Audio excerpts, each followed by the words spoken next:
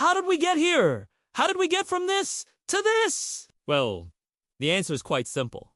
It's brain. But what is brain rot, and how did it evolve? Well, brain rot is essentially a metaphor for when your brain kind of just stops functioning properly. You know, when you haven't slept in days and you're starting to lose your sanity? Or when you haven't showered in weeks and your hygiene has become non-existent.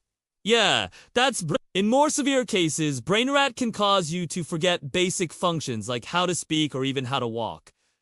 But brain rot isn't always this extreme. Sometimes it can be something as simple as getting really into a topic to the point where you talk about it nonstop.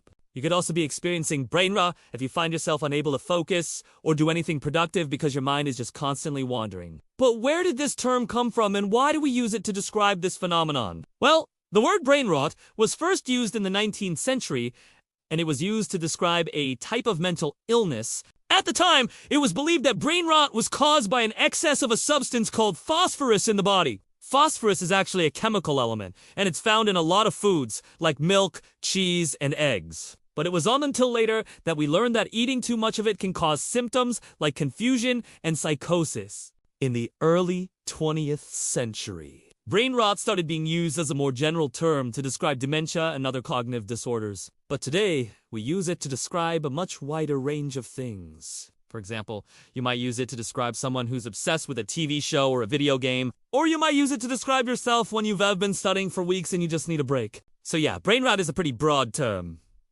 and it's often used in a lighthearted way. But it's important to remember that it did originate as a medical term. So, if you're using it to describe yourself, make sure you're not actually experiencing any symptoms of a cognitive disorder. So, there you have it. That's where the word brain rot came from, and how its meaning has evolved over time. If you enjoyed this video, please like and subscribe so you never miss an upload. Thanks for watching!